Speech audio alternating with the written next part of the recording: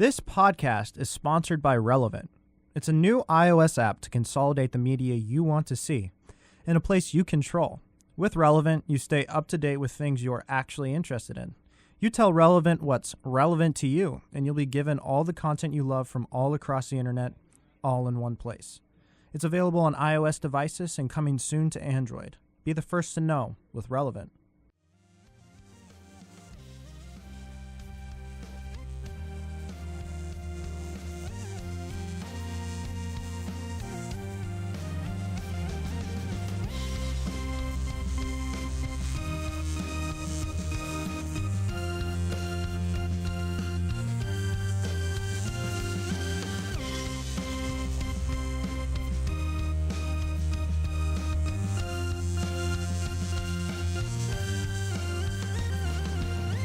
What's up, everybody? This is the Poorly Edited Podcast live on WXLV The X. I'm here with, a lot of people are missing. It's weird. But I'm here with some of the usual suspects. On the board, we have Pat Lilly. Oh, okay, I thought you would just... Yeah, it's fine. What? Pat Lilly. That's good. That's good. We have Josh Brennan here today, don't we, Josh? Hello. Yes. He's simultaneously filming, and he's going to guest star on this episode, which is super exciting. Speaking of guest starring, we also have Mrs. CoffeeGuy, if you want to say hi. Hi, everyone. And so that's what today is. Storm can't make it today, unfortunately. Chandler... Polio, I think, right? I think you caught that from Josh, because you had polio. I had polio 2 years ago, and it gestates for about a year and a half. So yeah, that's about right. Because last semester you missed a lot of time from the polio. Yeah, several polios. Several polios. Yeah, they infected me all at the same time. I think it was about 8. Yeah, 8. Yeah, it's about polios. right. Actually, 8 polios. Yeah. All right. Well, so today is going to be a little bit of everything, I guess. So is anybody doing anything cool out of the ordinary at all? Do we just not do cool things anymore? No more cool creative things? I got to mop up the rain this weekend at my job. Really? Pretty cool, yeah. Mop up the rain? Yeah. Like outside? Yeah, no, they're like bringing in carts that were wet, and then so the entire lobby was just wet, and I had to mop it up. That sounds great. Were your creative juices flowing? Oh, yeah. That's great. I was expecting you to say that you were mopping in the rain while it was still raining. I wish. That would have been more interesting. You're not going to get anything done if you do that. That's kind of the point, I But I'll think. clean it. I'll clean the rain. So I guess the video game is good as dead. Oh, yeah, no, I don't, yeah. Do you guys, no more plans on that. Did you guys even like officially end it, or did everybody just stop talking to each other? I don't even know. I didn't make it that far. Okay. So you dropped out early. Kind of. Okay. I made it further than Chandler, and that's all I really care about. Are there other people working on it, or? I don't even know. Okay. I don't know if it's still going. Because I was kind of excited. I thought it was kind of a cool idea. I was too. I guess I wasn't excited enough. Would you still be willing to do a video game, something like that? Because you were learning. You I learned a little bit. You were learning some coding. That's what you were going to do for this. Yeah. So I imagine you were looking forward to both learning something new and creating something cool. And par for the course, your dreams got crushed. Oh yeah. I think it was there was just like 10 people when we finally gathered everyone, and then we were like gonna work on a project, and then I don't know. The idea kind of got away from something I was like super interested in, and then some people just weren't working anyway. So it was like winter break happened, and everybody fell off the planet. People had plans. Dude, winter break is the killer of all dreams. I can attest to that. Yeah, it definitely is. Have you been doing anything cool lately, Josh? Well, I'm currently doing something pretty nifty. I'd say. I think I can pull that. Right? Am I allowed to say that? If you can pull this off, I think that'll be pretty cool. I think I can give myself a medal, being that I'm in charge of myself when it comes to video stuff. I can give myself a little gold star for multitasking. I actually have a few extra ones in my backpack. I can give you one. Yeah. Please do. Yeah. I need one. Like, should we explain what you're doing? Because I don't think we told. What? What are you doing right now? Oh, like at the moment currently? Yeah. Oh, I'm simultaneously filming the Poorly Edited Podcast whilst being a guest on the same show. While spewing content. Yes. While spitting some fat rhymes. Yeah.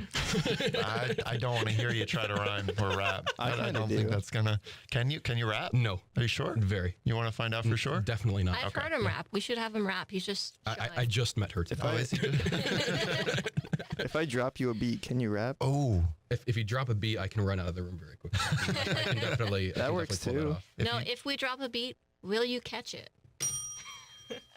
Wow, are we gonna get for Finally, it has happened. no, I don't think that was that bad. That was Because I was actually going to make the same joke. Wow, you should ring it again for you then. Intellectual bell ringing. Yeah.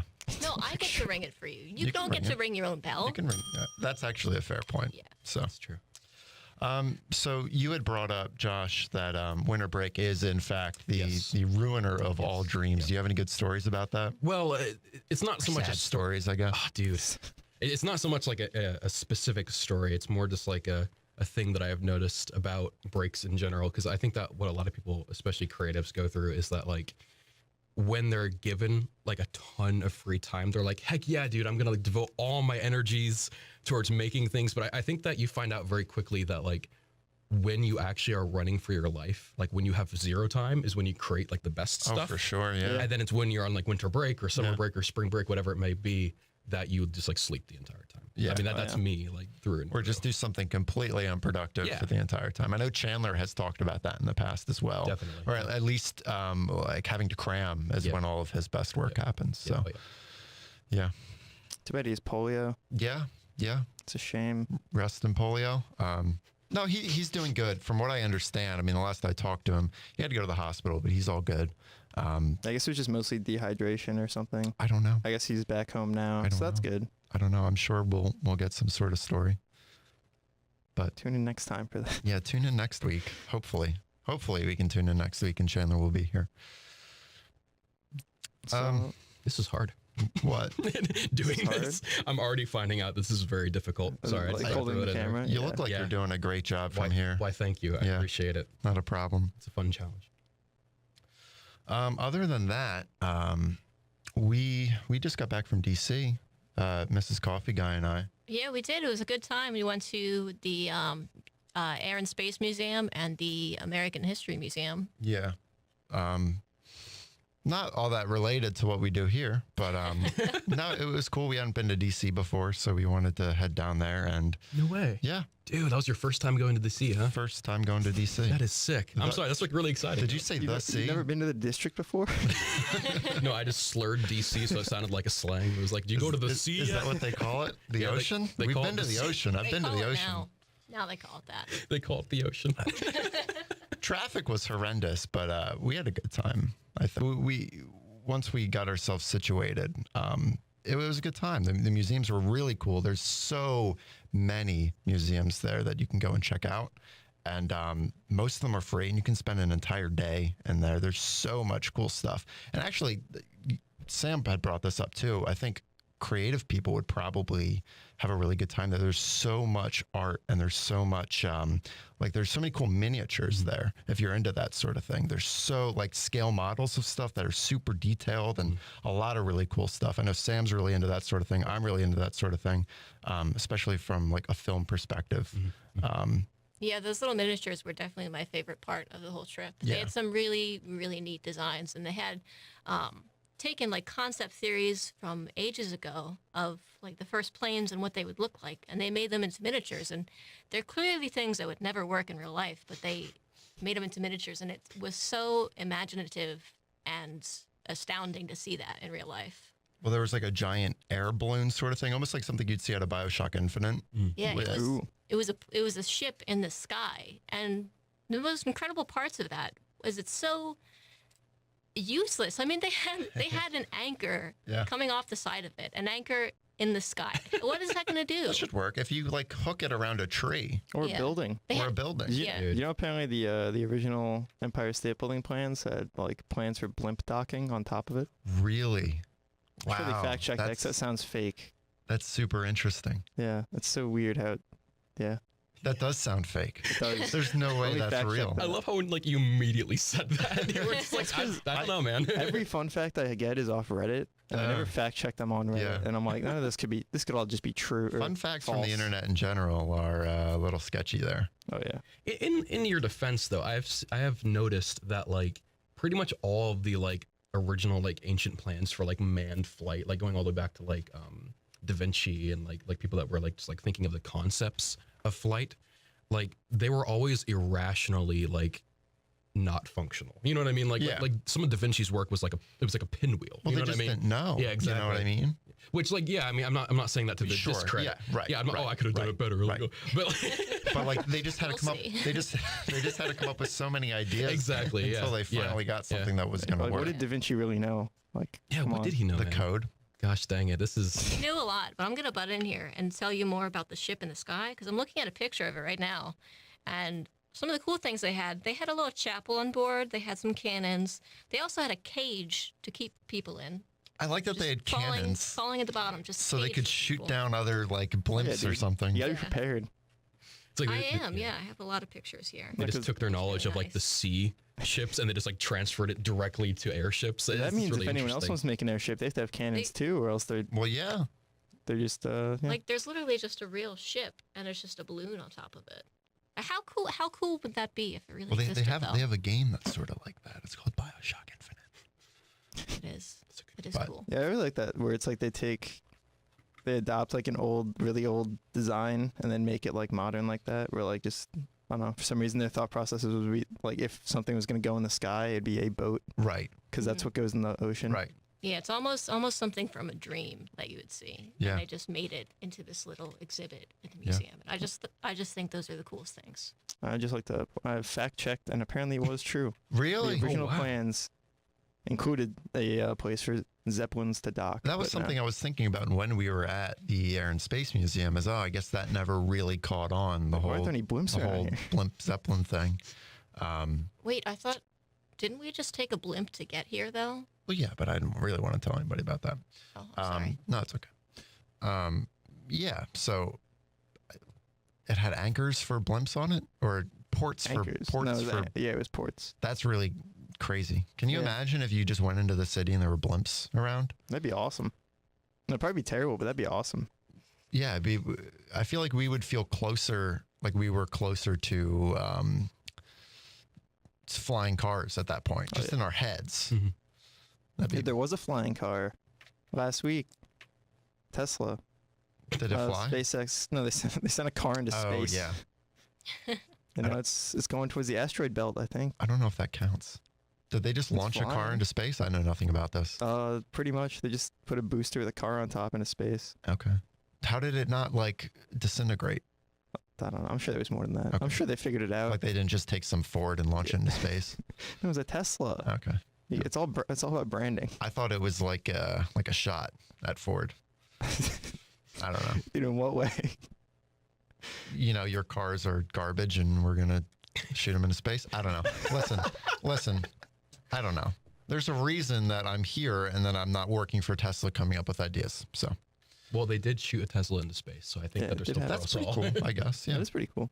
There's a man in it too. I mean, there's like a mannequin dressed up in the driver's seat. It's pretty cool. One of the things that I saw, we didn't even talk about this, but I saw this at the Air and Space Museum, is that I think astronauts would take, or like early pilots would take stuffed monkeys with them as like a mascot. What? And then, and they continued to do this when they were in space. And one of the ways that they would know that they were, in zero gravity is the monkey would start moving. That was their indication? I guess so. I don't know. It probably wasn't their only indication. The monkey, they all had the same name. The monkey all had the same name. I think it was Marcy or something like that. Marcy the monkey? Could be something like that. It's definitely not Marcel, because that's from Friends. So they're sitting there in astronaut boot camp, and then they walk in with like a stuffed monkey. This is our gravity detector. You didn't bring your monkey? Go home. What if you had to bring your own monkey? Billions. You had to go out and find your own stuffed monkey. That's not that hard. You just go to a store. Just billions of dollars being funneled into NASA, and they're like, "This is our gravity detector. It's like a stuffed animal." This is why their budget is what it is. They're not going to get any more money if they keep buying stuffed animals. Oh, dude, that's the greatest. What's your favorite space monkey? My favorite space monkey, Marcy. It's a good choice. I don't know. Do you have? Oh, I guess. What did the Russians put into space? Did they put a monkey into space? People. Well, yeah. I know they put people in space eventually. I'm sure there's. Didn't they do the monkey in space? I think you're right. Somebody did a dog in space and somebody did a monkey in space, I thought. Let me fact check this. Yeah, fact check that. Quickly, go. Hurry, Welcome to the people are waiting. Episode of Poorly Edited Podcast. You're going to learn a lot today, Facts folks. Oh, yeah. This is basically just a really disassociated train of Googling. That's fine. Yeah. See, normally I'd be filming this, but I'm on this side. Yeah. I just blanked. What am I Googling? All right. Oh, God. I'm pretty sure the Russians put a monkey in space. Let's see. So it was Laika the dog. That was that one in Sputnik 2. That went up. Okay. So well, let's see. I knew somebody put a dog up there. I've seen it. It's been a dog in space. I know it. I can feel it. Yeah, Snoopy took his little plane up there. Yeah, that's it. It's amazing. There's. I'm sorry. The subheading on the article is Sputnik and Mutnik. Wow. That's so. It reeks of journalism. What a time to be alive. I hate like newspaper headlines that are like that are just so. It doesn't matter how serious the topic is. They'll do something like that. Yeah. I can't stand it. All right. So there was Albert II, a Reese's monkey. A what? Albert A Reese's Reese's? monkey. Like Reese's a monkey. chocolate monkey? Yeah. Like It's RHESUS. Oh. I don't. And the Okay. second one was a Kit Kat monkey, right? Yep. Kit Kat monkey. Kit Kat monkey. Actually, no. This is really weird. Like, the first man in space was Albert II, a rhesus monkey. Albert, the first mission had been unsuccessful. What does that did they mean? say Oh, why? no. No. Oh no! What happened to Albert? Did he not know Oh how no, to pilot Albert home? II died upon impact at reentry. That's Oh sad. no. Well, listen, I can't keep reading this. It's too morbid. Let's move on from The this. article You know- says Tata Albert. well, yeah, like that's the sort of stuff they do. That also makes you think, though, like were they trying to put a monkey in space for a specific reason, or was it we just want to test this and we don't want to risk one of our people? That's probably it. That's probably it. That's sad. That's a sad thing to do. If you have the chance to put a monkey in space, please don't. Unless it gets home safe. Yeah, I guess then you have a good story, don't you? Unless it's so curious that it wants to go up. Is that a And its bell name joke? is George. There it is.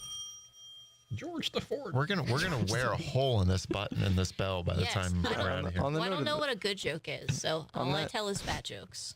On that, we're gonna go a break on that bad joke. So we'll be right back if I can get this up. There we go. Oh, I thought you said you had that ready. That we're good. All right, Okay. we're going. And we're back. Alrighty, folks. This next segment's going to be all about everybody's favorite cameraman, Josh Brennan. Aw, there he is. Do you know another cameraman? Nice vibrato. you So did. Josh, I have a naturally good voice. brag about it. What I want to know right away, Yes. how are you so positive all the time? Oh boy. Is the secret that you're not actually so positive all the time? I'm just like a dead cynic inside and just like, no, I don't know. I just like just love life and love God and I just go for it and just love everything. Yeah, I just love everything. It's kind Do of. you want me to film you from this angle? Just Can for we now? do that? Do we have a I three think cam it's scenario? allowed. I think it's allowed. It's never been done before. Home video. Right here, first time. The poorly edited home video. Of Welcome Josh. to the iPhone home video of the Poorly Edited podcast. This is our first camera. That's our second. This is our third. And we're talking about things. We finally have the budget for a third unit. We're all Wow. very excited about it. This is an RTS. We have a third unit now. Yeah. What does RTS stand for? I have no idea. Oh, real-time Real-time simulator. Oh, Yeah, high five me. messed it up. No. Oh no, what is it? Strategy. Oh, real-time strategy. That's what it meant. Oh. I knew. Okay, I thought it was a film thing you were referencing. Oh, no. No, I knew what real-time strategy. I just like units just like popped into my head. RTS. I don't know. Yeah. No, you're right. Okay. Third- all right. I thought camera? when I say unit, I figured you of all people would think to film units. That's what I did too. Oh. Like camera units. Oh, that's true. Yeah. I Yeah. don't know. I guess video games was just prevalent in my mind. That's at the fine. time. It's okay. You can make money playing video games, right? You know, a little You bit. can, yeah. A little bit. Yeah, Definitely. All right. for sure. So Still going. So Josh, Yeah. Mhm. I hear you have a production company. yeah. Yes. We talked about it Word a on the little bit. street. Yes. Word on the street is that I'm starting something. What does a production company really do? What is that? That seems really generic name. Yeah, What it does is. mean? It's intentionally generic because when I started this concept, I didn't really know like what I wanted to do. To be completely honest, I knew Josh's that. business company. Yeah, Josh, I'm a media expert, whatever that means. But no, yeah, it's the idea was that I'd always wanted to do like film and video and I also was really into photography, and I just kind of liked taking photos. It's just kind of how it started. Was I just like doing this a lot, and I think that just over time I've gotten pretty good at it, just from doing it over and over again. And also my time here at LTRC, being a film major, it certainly helped, and I've learned a lot, and I've networked with people, and I just kind of got to the point where I was like, out of sort of a need to have a second source of income, and then on top of that, a need to just, for the sake of my own sanity, just go for something, because I was just tired of just learning and not doing anything. I just decided I'm just gonna do it. You know, like, there's no time like the present. I'm just gonna start getting my social media presence out there as a company name. And I chose Tired Pants because back in the day when I first started uploading videos to YouTube, well, not first, but when I started seriously uploading videos to YouTube like a couple years ago, I went as the name Tired Pants because I was always way too tired to do anything. Essentially, I never had the energy to actually like buckle down and work on a project like hardcore. Where did the pants part come from? I don't know. I just kind of threw it in there. I was tired and pants, and in my mind that made sense. I was both tired and pants. Dude, I was wearing pants and I was tired. No way. The second is up. I've been there before. I know what you were going through. Now, did you have some people come to you first to try to get some work done, and then you were like, hey, you know, maybe this could be a thing, or was it? Yeah, Okay. It happened pretty organically. Yeah. Yeah, like it wasn't that I just started doing this without having gotten any clients before. I had been approached by a couple of different people, both organizations and also just like people who wanted like, you know, like headshots for their social media page or just like small scale stuff. And I kind of out of necessity had to come up with numbers to charge them because I'd never Right. actually charged before. And that's another big thing that I'll get into. But and so as I was assigning numbers, like value to like the work I was doing, I just got to the point where I was like, I might as well just kind of like incorporate myself, I guess, just kind of say that I am a company and That's how it I'm works, just I going to think. go for it. Yeah, that's a good idea. Yeah. Get the word out. Definitely. Yeah. And so ever since then, I've kind of, I'm not going to say thrown together because that sounds bad, but I've shopped. Consolidated. Yeah, there you go. I've shopped together, consolidated some good photos that I've taken over the years into a website that I've created, and then on top of that, I've run some Google advertising. I'm an officially a Google verified business, by the way. Wow. If you type in Tired Pants, it will come up as Tired Pants. So what Films. has your limited experience been being a Google advertiser? Do you really have anything to really say about it at this point, being so new to it? Yeah, I'm very new. Okay. I've only been on there for like about a month now. Right. But so far it's been pretty good. Google has this really cool sort of I guess technical thing when it comes to the way that they advertise, where instead of charging you like a flat rate for like you are paying us for advertising, what they do is they ask for like a budget, like I cannot pay more than this. Oh. And then as the clicks and the views and the attention comes in, they charge you for how much attention you've gotten. So they only actually charge you for how much you use, quote unquote, in terms That's cool. in terms of FaceTime, I guess you could say. And so, you know, I'll go into my dashboard and it'll say your budget is $50 a month, which is this much per day. And then on top of that, here's how much people have actually viewed your site or your Google business, and here's how much we're actually charging you. And it's significantly less because it's like a small scale ad, very small coverage radius, you know, like that whole thing in terms of who's going to see it. But my limited experience with Google advertising has been good so far. They seem to be very much geared towards the small business kind of person. That's good. It seems like they're trying to do what they can to sort of make things a little more easier for you. Because I think that they have that in mind, that like these people that are starting out don't have like capital, you know, like I didn't have any money with Tired Pants Films. It was just like my bank account. Right, yeah. I didn't All start he off had were pants. I had pants though. That is And a absolutely lack right. of sleep. Yeah. Yes, and a lack of sleep. Those both contributed to the man I am today. Pants and lack of sleep. So do you plan on doing like videography work with that too, or is it mostly just photography? It's both, definitely. Okay. Going back to what I was saying before, which is like it kind of stemmed from an interest. I'm definitely going to do both video and photo. Right. I mean, we know you're into it, Yeah. obviously, but I just breaking the fourth wall. Yeah. But no, yeah, I definitely started off as like a video guy, and then Sure. over time just got into photography because I just kind of fell in love with it, and really like the majority of the principles kind of carry over. Yeah. Like when you're framing for video, you're framing for a photograph, essentially. But yeah, anyway, all that to say, I'm definitely doing both, and I definitely love both. It's very fun. And ever since I became Tired Pants Films, I've gotten a couple more clients. And Really? things are Good. actually like Good. happening. I'm pretty. Now, have you asked them how they found out about it? Like, was it Facebook, or was it the Google advertising, or is it just word of mouth? It's been word of mouth. Okay. Yeah, definitely. Although I am excited to see when, advertising will start actually having an effect on the traffic that I get. I like how you're excited now, but soon. Yeah, I'm excited now, but soon. Oh man, all the money's gonna be gone. No, I'm kidding. But like, I am excited though, because it's definitely encouraging to see something like this that I've always thought I've wanted to do actually like start to happen. Right. And so it's encouraging too, because like there was never like a moment where I was like, I'm ready. I just kind of did it.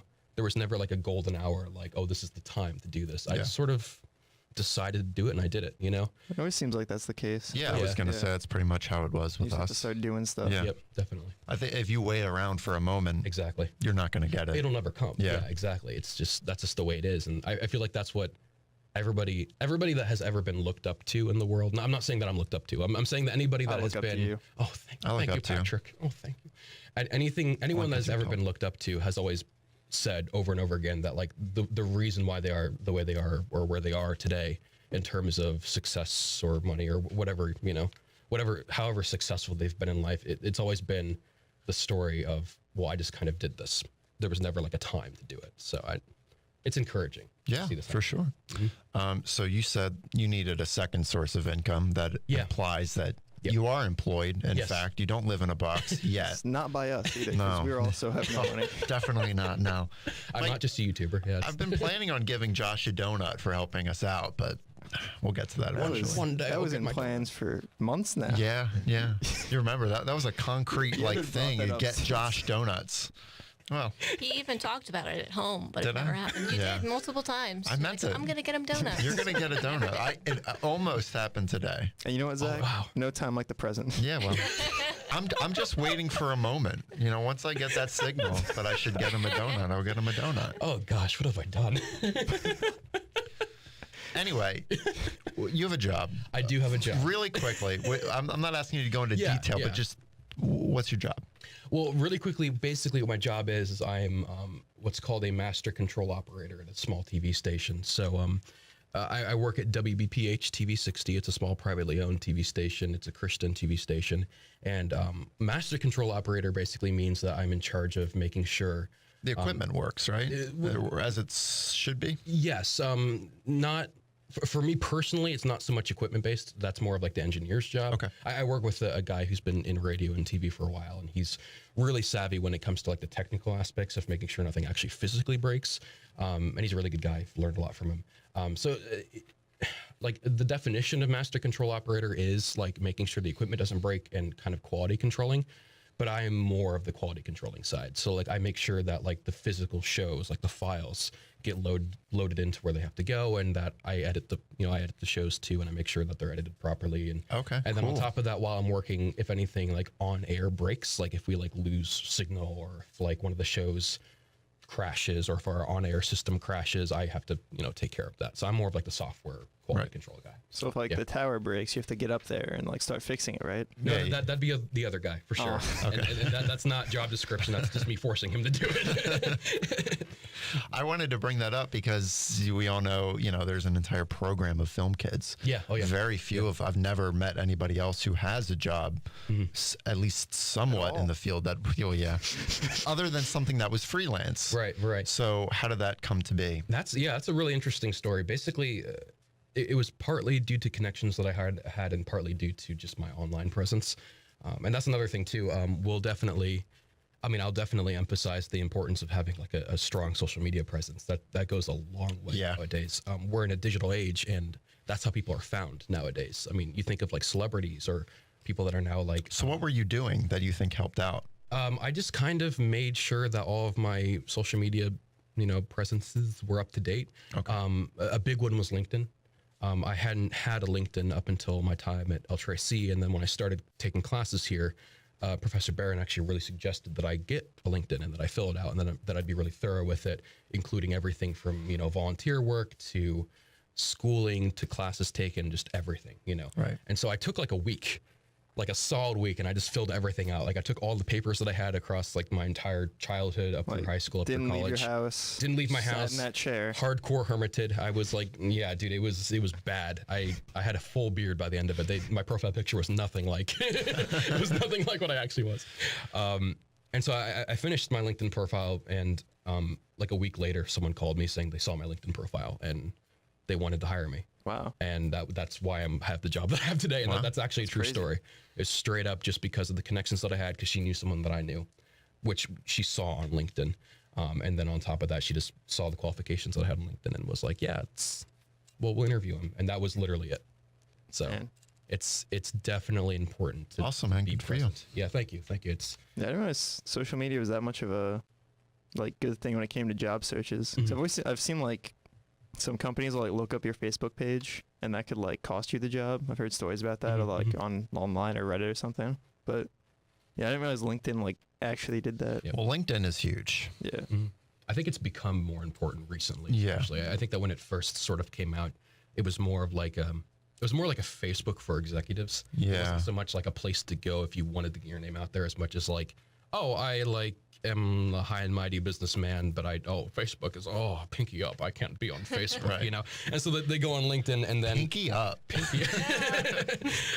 and then it sort of evolved into what I think was always the intention for LinkedIn, which was to be a place to sort of market yourself. It's like an online portfolio in a way. Yeah, very much so. And there's actually an auto-generate resume button for LinkedIn, so you could fill out all your information and just auto-generate a resume. But I wouldn't recommend doing that, because you should always create your own resume. But it's just interesting that it's geared towards that. It's geared towards making yourself as like presentable. So have you guys ever made a resume like outside of like just school or something? Yeah. 'Cause Yeah. okay. But Sam and I are old. You're 19, right? Yep. In the wonder years. Yeah. Sam actually today. Yeah. Oh my goodness, it's her birthday. Today is my birthday. I'm yeah. officially 78. Yeah, congratulations. You look great. Congratulations. You look really good. No, I'm 24. I'm 23. So yeah, we've had our share of resumes, I think. Yeah. Real quick, Josh, I need you to either wink or blow a kiss at this camera. Oh, okay. Yeah, he has to say bye. Oh my God. Ooh. Thank you, Consider 'cause- yourselves lucky Yeah, that. my battery's yelling at me, so I'm going to stop filming from this angle. Thank God this is radio, because I like Josh, but that was something else. That was I'm glad it's not a completely glass Yeah, phone. you're clearly behind the camera at your job, aren't you? That's why I work in the radio. Wait. So is that news? I'm not familiar with that. With your the station you work at. Oh no, it's a bunch of different things. We do run a couple news shows. We run CBN News, which is like a generic made off-site production that we get every day, and then we also run 69 News in Spanish as well. Oh wow. So Ooh. yeah, I know en español. Fuego. Fuego. So Don't yeah, they have their own anchors for that, or do they do they voiceovers? do. They do. They have their own anchors for that. And that's shot somewhere else. You get the footage and you air it on the. Exactly. Okay. It's a little bit different. It's actually live streamed to us though, so we actually Oh. get the feed from them going to air. We kind of piggyback on it, so it's not illegal. We have an agreement with them. But Clearing this up now. yeah, I'm just saying that right now. Outside with like a satellite. That's part of my job. I stand outside with What? the dish. Satellite dish. A little to the left, Josh. But yeah, The job looks good on paper though. So. hey, you get paid. You stand outside with a bowl. That's all I can really ask for. Yeah, right? yeah, Getting definitely. paid. All right, we're gonna go to a break quick. On that, Don't run away. don't run away. Wait. Don't leave, please. I'm sorry. All right, and we're back. Poorly edited podcast. Coffee Guy, Patrick Lilly, Joshua Brennan, doing 3 things at once right now. My Basically, goodness. yeah. What are you Wow. even doing? I'm What's more looking up- important than this? I'm looking up the name of the guy that Casey Neistat interviewed. But that's for okay. a later bit. Okay, shh. Pretend you didn't hear that. All right, so we're Thanks for introducing me again, Mr. Coffee Guy. I'm sorry. I got really distracted because Josh is doing 9 things at once. Of course, always Josh, always Josh. Yeah, I do talk about Josh a lot at home, don't I? He really says your name in his sleep a lot. Oh, That's a joke. He doesn't. Speaking of which, I mean, I don't know. I'm just sleeping. I could. building off that, I certainly dream about you a lot. we got a little game. Yeah, about the whole me bringing Josh up all the time. I think Pat wants to settle this once and for all. Oh yeah. So I got a couple questions here, and Josh and Sam, you're gonna tell me what Zach prefers. Oh, nuts. Oh, Yeah, it's like the no. newlywed game. Oh no. The winner gets Zach. So Wait, so do we say snap. our answers at the same time? no, No. You say yours, he says his, and then he'll confirm Yeah. Okay. or deny Right. or however that works. It's gonna be really awkward. I have not was seen. I have not seen the question. Oh, it's good. All right. Who's Zach's favorite movie director? Do I? Oh Any yeah, idea? first Sure. Christopher Nolan. What are you gonna say? M. Night Shyamalan. What's the answer? Christopher Nolan. Ooh. Yes. Ooh. It's 1 point for Mrs. Coffee Guy. It burns. M. Night Shyamalan. Really? I don't know, dude. I like Signs, for the record. That's slightly controversial, but I like that movie. We should That's watch about it. Dunkirk tonight. We still haven't seen that. Oh, that's a Good. great movie. Yeah. Would recommend. I could support it. Don't Don't you do it. dare. Does Zach prefer ballpoint pens or fountain pens? Oh, snap. I honestly not sure I know the difference, so I'm gonna say fountain. A fountain pen, a ballpoint pen is just like a regular pen, Yeah. but like a nice sort of. This is Or is it just ballpoint. any? Okay. So and what's then- a Ballpoint fountain has a pen? ball- Fountain pen is almost like a calligraphy sort of thing. Yeah, you put an Oh. ink cartridge into the Oh. pen. Okay, well Cartridge into pen is what the difference is, I guess. he doesn't have any, but I'm gonna say fountain. Trick question. He likes pencils. Ooh. Is that your final answer? That's my final answer. I like ballpoint pens. Neither of Oh, you get the no. point. That's incredible. Josh, I was so excited because I'm like, Josh is going to get a point. I get to bring him home. This is going to be great. I mean, we don't really talk about pens a lot. No. No, mostly markers. You don't Have bring one it in up? my pocket, though. I mean, geez. Well, it's hard to get fountain pens. That could have been anything. It is hard to get fountain pens. Yeah. It is. Yeah. All right. Is water wet? No. All right. Josh? No. Am I allowed to say the same thing, or gonna have do I have Dude, to say? whatever you I'm want. gonna say no. What does Zach think? Water is not wet, and I only know this because Sam has talked to me about it. Yeah, that's. I can high five. She him. sat Yeah. you down, was like, "Listen, Zach." For I those of you, explained it to him. for those of you who don't know, I guess wet you can only describe something as wet that isn't normally wet. No, what is skin trying to comprehend like what water feels like? All right, well, It's weird. either way, you both get a point. All right. So it's Yay. 2 for Sam and 1 for Josh. Yep. All right. So does Zach prefer HD DVD or VHS? I'm gonna go with HD. I'm gonna go with VHS. We're gonna bring it back a few years, guys. I think Josh is just trying not to make this weird. I think he's losing like intentionally. No, I really just honestly to try to save our relationship. No, honestly, I really do think that you'd be a VHS guy, like straight up. Who's a VHS guy? I mean, Is that a thing? I was actually talking I mean, to other than for nostalgia, I guess. I'm just gonna sit over here. I prefer DVDs. I like the definition. You know. no HD Yeah. DVD. Yeah. Whatever. Yeah. That's okay. Whatever. I was actually talking to previous guest Mason Pellegrini today, and he was talking about when is the VHS going to come back into style. Really? That sounds like something Mason would talk about. It is exactly something Mason would talk about.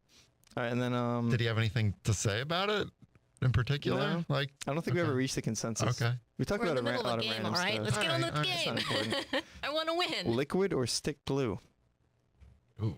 Even I have to think about this a second. Hold on. Okay. Stick. Josh? Liquid?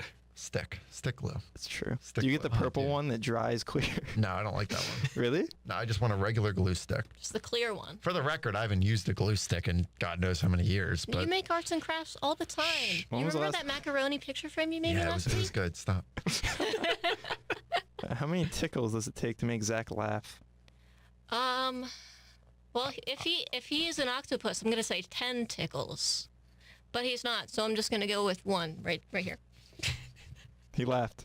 Did I? Oh. Does that count as a laugh? Considering the empirical evidence, I'm gonna go with 1. I guess we both get a point. All it takes is 1 well-placed tickle. It's not about the quality or the quantity. It's about the quality. That's all I had. So I guess Sam won. Mrs. Coffee Guy gets Coffee Yeah. Guy. Oh, It's okay. I'll make it. That was I weird think for that'll you, work. Josh. what? I think that'll I work. thought you had Okay, it. I okay. think so. Yeah. Shedding silent tears. I'm really disappointed, honestly. Well, I mean, we're already fake married, so you kind of stuck with me anyway. Yep. Yeah. Don't tell Storm that. I think he takes a lot of pride in the fact that he married us. Okay. Well, we're half married. Okay. Half married. Whatever. We're halfway there. Yeah. I actually hadn't seen Pat since the wedding. Yeah. That's Yeah. true. How long ago was that? That was for episode 5, so that must have been Like September, It was probably mid-October. mid-October. Something like that. Yeah, because I think Mason was the next. Whatever. This is boring. Yep. So Josh, you want to talk? I mean, so I guess a cool thing happened with YouTube today, or at least an interesting interview happened today that Patrick and I haven't really been able to watch yet, but I think we can sort of work off of what you're saying. Definitely, yeah. It's so basically, just for those of you that don't know, and this will be sort of old news when this episode comes out, but for those of you that are listening to this live, you'll be able to hear this the day of, which is pretty cool. Only a few hours live ago, from WXLV. Live from WXLV. Breaking news. Casey Neistat today actually sat down, or not today, but he released a video today where he sat down with the head of business at YouTube. I don't know his name. That's actually what I was looking for, but I couldn't find it. He's the head of business at YouTube, and basically his job is he is in charge of the creators at YouTube.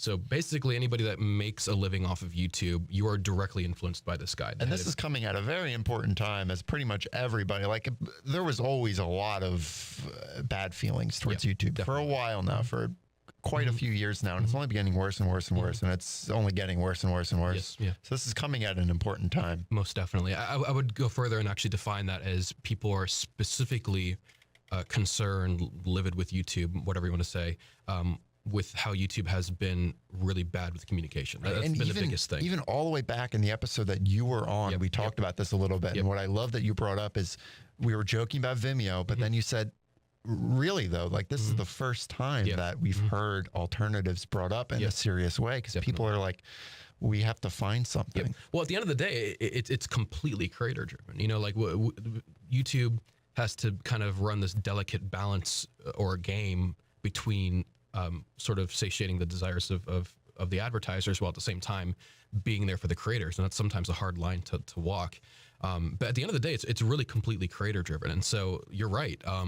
With how much sort of bad, I guess, feelings and sentiment there has been towards YouTube from creators specifically, this is sort of the first time in a long time, especially since sort of the golden age of YouTube, like several years ago, you know, that we have heard alternatives being talked about. You know, like Vimeo actually like started sort of advertising, and you started seeing it more sort of prevalent in media. People that were actually only specifically uploading to Vimeo, which is kind of a weird thought, but like you said before, because there was this sort of bad vibe with YouTube between its creators and sort of the head honchos there, you did start seeing that more. You started seeing more people talking about different platforms or creating their own platform, you know, and that's just because it is creator driven.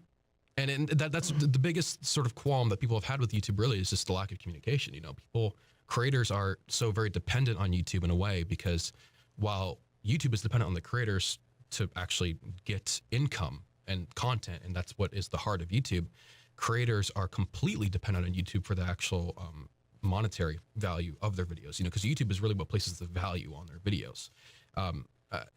You could make the argument to say that people that watch the video, and that if you make a good video, that sort of determines the value, because people will be more likely to gravitate towards a video that's well made. You know? That's not how YouTube works anymore. Exactly. That's the thing, is that at the end of the day, it really is sort of how YouTube is designed that determines the value of a video. And so creators are completely dependent on that.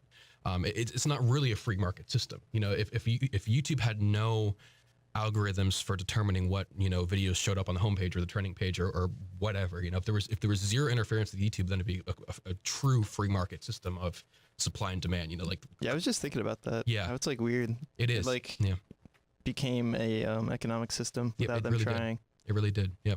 And that's the way that life works, really, is that, you know, as long as there's a demand for something, if someone wants something bad enough and if enough people want that thing, basically the first person to jump on that is going to be having a pretty good time. You know, there's always a balance between, okay, there's a need, fill the need, you know, and that's a quote from Robots. It's like my favorite movie, See Need, Fill Need, but it's so true. It really is. If there's demand out there for something, if you fill it, you're going to be having a good time. You'll make money. You'll be prosperous. You'll get your name out there. And we can go into, you know, riding the wave and figuring out how to see that and kind of jump on that. But going back to the whole YouTube thing, basically we are dependent on YouTube. And so when there's a lack of communication there, when YouTube is making decisions that directly affect what videos are being advertised or on the trending page or on the homepage, or how much traffic it's getting, which is a really scary thing to think about, like how much your video is actually being seen. When YouTube is in control of that and making changes without talking to the people that it's directly affecting, then that's a problem, because then people are losing money, and especially even scarier without them knowing that they're losing money. And that was a big thing, was that this whole apocalypse thing happened, but it wasn't like, oh, a huge announcement from YouTube, you know, we're revoking ads and we're changing our policies. It just kind of was like found out. By the way. Yeah, exactly. It was just kind of found out by the community. People just started noticing that they were losing money, and it happened so prevalently across majority of what I would consider sort of more mainstream content creators that people started freaking out. And that's why it was that apocalypse, is because they kind of got blindsided by that. And there was zero communication. So anyway, I hate to rant like that, but the moral of the story is it's sort of a big deal. Yeah, it is. And what could have happened today could have been a pretty big deal. Yeah, exactly. And the idea is that, you know, sitting down and having an interview by a YouTuber with the head of business, who is basically in charge of all that at YouTube, is a pretty important step. But how did that go? I think it went well. Okay. There are a lot of mixed feelings about it. The interview itself was pretty cool because Casey Neistat, who is one of my favorite YouTubers, he's just amazing what he does. And yes, it's very stereotypical for me to like Casey Neistat, but I think he does do a really good job with the content that he produces. He basically sat down and had a list of questions to ask this guy. And he first off asked the head of business, is there anything off limits? Do I need to not ask certain things? And the guy was like, no, ask away, ask anything. And so that was pretty encouraging right away. They had that conversation like on air? Yeah. No? Okay. Oh no, they didn't have it on air, but Okay. it wasn't like aired, but in a promo video sort of teasing this Okay. interview, like last Right. week, Casey did say that he asked the guy directly if anything was off limits, and he said no. That to me is encouraging. That just means that he's willing to talk, which is a huge thing for YouTube. That's very sadly unordinary. It for seems like YouTube. transparency just needs to happen. Definitely. Like, it seems like it would have solved a lot of problems before they. You stole my thought, occurred. Pat. I'm sorry. I was going to say that transparency is not really a priority lately, and it really should be in all instances, in all circumstances. When you talk about fans of companies, or like especially game developers, one of the things that they always bring up for developers or companies that they like is the huge amount of transparency that exists and how well the company or developer is at communicating with their base. So it's so important. Yeah, for sure. It's incredibly important, and especially when it comes to money. You know, like it's very important when it comes to video games and when it comes to people that are buying a product. So that is dealing with money. But when you're dealing with essentially the conversation between a boss and its employees, which is really what YouTube is. Yeah. I mean, you could make the argument that like, oh, I'm my own boss on YouTube, but really, YouTube is your boss if you think about it. if that wasn't the case, we wouldn't be having this discussion right now. Exactly. It wouldn't be a problem if that weren't the case. And so when we're dealing with the conversations between a boss and its employee or their employees, thank you. Yeah. Appreciate it. It's super important. No, he just showed me the time. Thank you. I'll try and nip this in the bud quickly here. Thank God. I know I've been like ranting. I'm so sorry. No. When we're dealing with a conversation between like a boss and its or their employees, it's so important because I mean, like, their livelihood depends on the boss's decisions, and if there's not communication, that's a huge issue. So all that to say, this interview with the head of business, I think just the fact that it happened was a huge step. That's incredible that the guy went there, sat down in Casey Neistat's studio, said anything's fair game. I answer any questions. I'll be as transparent as I can. That in and of itself for me is a huge step. And there were some people, and rightly so, that said, well, he's just kind of, in answering the questions that Casey has, and I'll just kind of summarize some of them, he's just kind of regurgitating what we already know. Like, he's just kind of regurgitating the YouTube guidelines, saying, okay, we're working on stuff. Well, we have guidelines and we have references. And when someone like Logan Paul, like makes a horrible mistake like he did, and it affects all the creators, we do have a system in place, but it's sort of the same stuff over again. And I understand that that's kind of frustrating to not see anything very specific. Like, okay, this is something that we're working on. Like we have this in place now that will prevent someone like Logan Paul from basically ruining the lives of all the other creators, because what one creator does can really affect and influence the livelihood of other creators. And so nothing really specific was mentioned by the head of business. He didn't say like, yes, here's a new thing that we're doing. It was a lot of the same old, but he did say things like, we're listening, like we see that we're really greatly influencing you guys, and we know that this is a sort of a mutual partnership that we have going on here. Like you serve us and we serve you, and we can't do this without you. You can't do it without us. Like, we understand that. And so I think as long as it doesn't end there, it would be a good first step. If it ends there, then well, then this whole thing goes in the toilet. Yeah, at that point, it's completely pointless because you can be as transparent as you can be like completely transparent, but if you're not really doing anything to help the people that are basically the reason for why you are in a position of power, the creators, then they're just going to walk, and then YouTube is gone because YouTube is its creators. Right. And so I would definitely say that I feel good about today's interview that happened, and you can go and watch it on Casey Neistat's channel. I think it's like the first video that pops up because it's like the most recent video. But it's also just the first step. There's a lot more that needs to happen. But the fact that they're being transparent in my mind means that this was a success. So, do you think YouTube can turn it around? Oh yeah. I mean, I think anything can be turned around. I think it's just going to take a lot of work, and it's going to take everybody. You know, like this isn't a problem for YouTube to fix. This is a problem for YouTube. I just lost framing to fix. Like everybody. Also, he put his hands out wide. Like all of YouTube, you not see the my pit company. stains. Yeah. But like all of YouTube, and the executives of the company, the people running the channels, the creators, every single person that has an involvement in YouTube, it's going to take everybody. It's not just a problem for YouTube corporate to fix. So what that means, I don't know. I'm not a smart man. But I resonate with that statement. Yeah, for sure. But I do know for a fact that it's not just one-sided. It's definitely both ends of the coin are going to need to hop on this and work hard. There's that positive attitude by Josh Brennan again, bringing it around. Bring it around to a positive spin. I have to go. Right? Yeah. Josh, thank you so much. Thanks for coming for everything you do all the time. No problem. It's a pleasure being here with you guys. Thank you, Madam President and Mr. President, not you, him. What am I? I will see you. No, you're like Stalin or something. I don't know. I just got plugged to everything. Stalin sounds you're. good to me. I'm so sorry. Yeah, we're gonna go to a break. Stick around, folks. So we'll be right back. Poorly edited podcast. There you go. This episode you've gotten better. You're bringing the energy, man. Yeah, I'm gonna have to really tone it down. I know. It's really killing the vibe. Me not killing the vibes, or they killing the vibe? Yeah. Thanks a lot. You gotta shrink down a little bit to get in frame. Oh, well, I don't know if I can get any smaller, honestly. Anyway, we're here. Josh is gone, but we still have a little bit to talk about here because Mrs. CoffeeGuy Sam probably does more creative things than we all attempt to do on a regular basis. So definitely, I really wouldn't say that. Yeah, but listen. Thank you, though. we don't do anything. You know, this is it. We spent like 6 or 7 minutes talking about how the one cool thing happening over Pat's break just didn't happen. You know, week after week, we all talk about, our horribly planned ideas. And dude, that new Wombats album is pretty good, though. Yeah. But you're a very artistic person. You want to talk about some of your things a little bit? Sure. The main thing that I do is I make collectibles or replicas of sort of fandom items. Right now I'm working on a lot of Doctor Who items. And what I do is I take found objects and I remake them into artwork. It's called upcycling. That's like the technical term for it. Oh.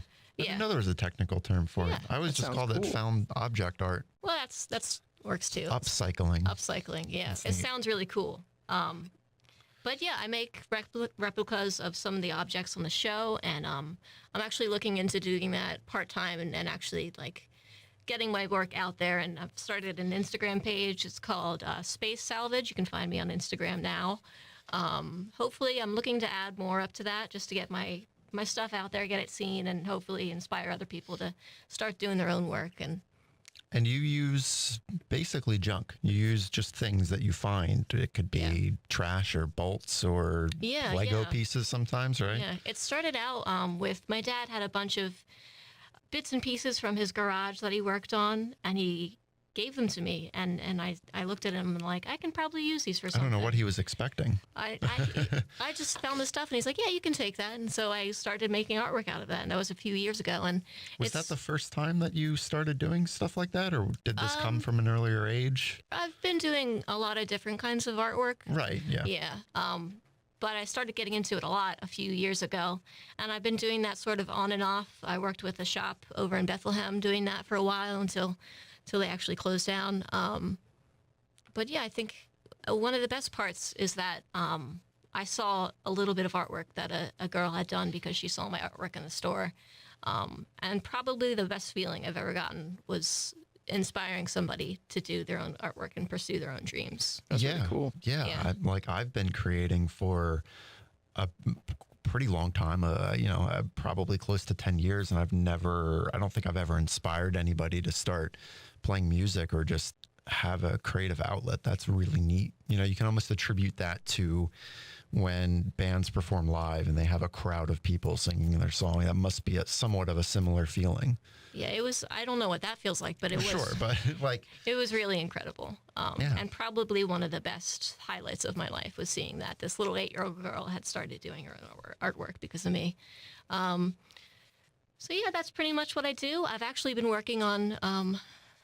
You've done some graphic design stuff for us for quite a while. We just are too lazy and We've just never done anything. yeah, like really cool stuff that we're all super excited about all the time. And we show new people and they're like, wow, that's awesome. And then we just, Yeah, if you see the beginning of the YouTube videos, it'll show Poorly Edited Podcast written in headphones. And that's, I think, the first design I did for you guys. That was the first design. And I've been working on a lot more since then that you haven't seen yet. Even when it was just a pencil drawing, I'm like, that is awesome. Like, we have to do something with that. We were all really excited about I think that. it's my favorite design of everything. Yeah, really cool stuff. I also like the little 8-bit video game characters. You'll really like those when they come out. Eventually, in 10 years. Yeah. Probably never. 2087, they'll be available. Will we be alive in 2087? Not with that probably out. not. Probably not, I guess. I don't think so. Right, medicine's advancing every day. It is, yeah. I guess there's that stat about the first person lived to 150 is alive today. Is that real? That was from Parks and Recreation. Was that a joke? We watched that episode like yesterday. I don't know if it's true or false, though. It could be true. It could be true. None of us here can really say anything about it because none of us know. I'll see you in 80 years. Yeah. I'll see you in 150 maybe. Yeah. That could be me. I could be the 150th-year-old person. You could be the one. I think I it's could be true. Neo. You look great. Thanks, man. You could be Neo? What would someone look like at 150 though? Well, see, that's the thing. Like, we may be getting older. We may be living longer, but our youth isn't extending. Yeah. We like, you look at a 100-year-old and you go, I don't really want to live another 50 years. Like, what am I going to look like then? What's my life going to be? Let's not get sad right now. Well, what we want to be doing, miserable. Stop. what we want to be doing is extending our youth, right? Yeah, probably. Yeah, that'll work. I don't know how to do that. I'm still in the prime of my life. That's what I mean. Yeah. I guess. Like you. Maybe. We'll see. What does that mean? Has he peaked yet? Find out next week. Probably not. Not probably. No. I mean, I probably peaked before this. I know. Mine was a few years ago. Now I'm really old. Yeah, I know. How does 24 feel? Like double of 12. Definitely. That sounds accurate. Wow. The numbers work out. Oh, The bell won't work. It takes skill to use the bell. You got to go. All right. Well, that was the bad joke bell. Yeah. It was a little late. So just to reiterate, where can they find you? Oh, you can On find me Instagram. on Instagram at Space Salvage. Just I can actually see one of your things. Show the camera. yeah, sure. This is one of the. You're gonna have to sonic give it to Pat there. screwdrivers. I know. I just put it in that camera first too. All right. I'll do what I want. But yeah, I make a lot of art like that. I make just little replicas and miniatures from the show, and also, although that's the only show I'm working on right now, I've done a lot of things with Harry Potter in the past, and Yeah, that's right. various shows like that, various like mainstream geek culture. That's pretty much where I'm at right now. But yeah, find me on Instagram at Space Salvage, and you can see some of my artwork coming soon there. Good name, by the way. I like that. I like it. Now that Thank it's you. had some time to Yeah. settle in. Yeah, it's got more meaning to it than just sounding cool, because Yeah. it is like upcycling and it's salvaging different things to make it. And You want to have something in case cool. you didn't get that, that's what it's for. You don't want to pick something like tired pants or something like Yeah, that. like- Jeez. Yeah. Thank God Josh is gone. Finally. I think so. Yeah, he's gone. Pat, you just find you on Steam, right? No, don't No. find me anywhere. please don't I'll send be me a my friend house. request. If you show up at Pat's Is house, did you send me a friend request, by the way? I think so. Yeah. Someone's name was Brush, and I accepted Yeah, it. So no, I it hope was it was probably you. me, yeah. All right. Do you have it? Where can we find you? I like to be generous. I think you should just check out Josh Brennan. tiredpants.com. He has his own website now, which he didn't even talk about, but that's fun. Well, I guess he did, but he didn't plug it. We didn't give him a chance to do that. Find him at tiredpants.com. We just had Imaginary Ambition on a couple weeks ago. His episode just went live. Check out his channel. Lots of cool music stuff on there. Yeah, that's pretty much it. Pretty much it. All right. Any final words? I don't think so. What about you, Pat? Anything going on? Nah. No, Pat doesn't do anything. He's Probably playing Counter-Strike talked later. about this.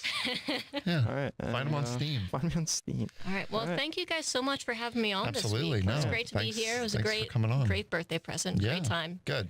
Thanks to anybody listening too. Yeah, appreciate it. Yeah. If you're in the cafeteria, good for you. Good for toughing it out. On iHeartRadio, online, anywhere. For sure. Everywhere. Where can they find Poorly Edited Podcasts? Let's tell them that. If you YouTube search Poorly Edited Podcast, you will find our channel. You can find all of our old episodes up online, video podcasts, thanks to the lovely Joshua Brennan. Yeah, that's it. Thanks for hanging out for us, folks. No. Oh, never mind. Come on now. All right. Have a good night. Yep.